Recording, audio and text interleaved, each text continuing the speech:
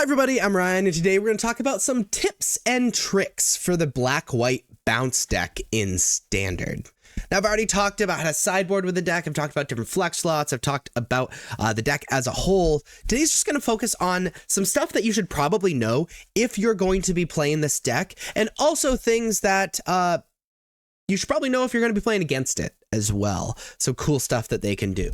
First off, are the bounce synergies. Now there's less bounce synergies as the blue version of the deck because they have things like This Town Ain't Big Enough, but we still have Nurturing Pixie. Nurturing Pixie is a 1-mana 1/1 with flying. When Nurturing Pixie enters, return up to one target non-fairy, non-land permanent you control to its owner's hand.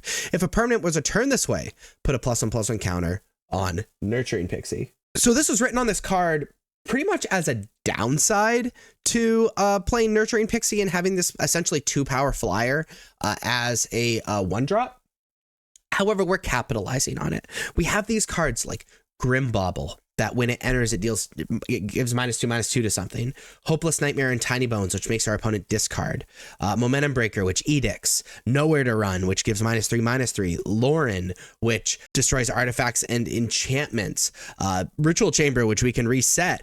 You know, et cetera, all these things that we want to return to our hand so we can replay, which makes Nurturing Pixie an incredible synergy and probably the best card in our deck. My favorite synergy with this deck is with Temporary Lockdown. So Temporary Lockdown is a 3-mana enchantment. When it enters, exile each non-land permanent with mana value 2 or less until Temporary Lockdown leaves the battlefield. So this is, you know, mostly for aggro decks, and it's like just generally very good. However, if we play Temporary Lockdown, you know, in turn 5 or 6 or something like that, and put some Hopeless Nightmare underneath it, some Grim Baubles underneath it, even maybe Nurturing Pixie underneath it, maybe some Momentum Breakers, some Nowhere to Run, whatever underneath it, and then we either play Lauren to kill Temporary Lockdown, get Lost to kill Temporary Lockdown, or return Temporary Lockdown to our hand with Nurturing Pixie, all that stuff re-enters and we re-get the enter the battlefield effects, just like if we bounce with Nurturing Pixie, which means all that stuff happens again. They discard a bunch of cards, things get -2/-2, or they edict. Like, it's so cool and good. And you get to choose what order they enter the stack. So like you can kill something with Grim Bauble and then edict something with a Momentum Breaker, you know, or whatever. It's super good. Another really fun synergy is one of the flex slots that you can play in this deck is Shieldred. And Lord of the Third Path has a really cool interaction with Shieldred. You and target opponent each draw a card. If you do that with Shieldred on the battlefield, that means you gain life, your opponent loses 2 life. Feels good.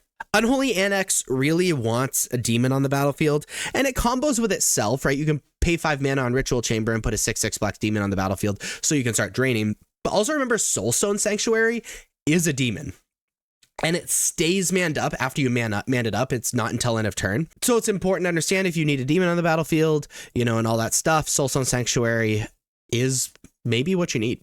And that's really it for weird interactions and things that you should know about, maybe weird synergies, tips and tricks or whatever in the black-white bounce deck in Standard. If you liked this video, please be sure to like and subscribe. Check me out on social medias. Links are above me and in the description. Thank you so much for watching. I'll see you next time. Bye-bye.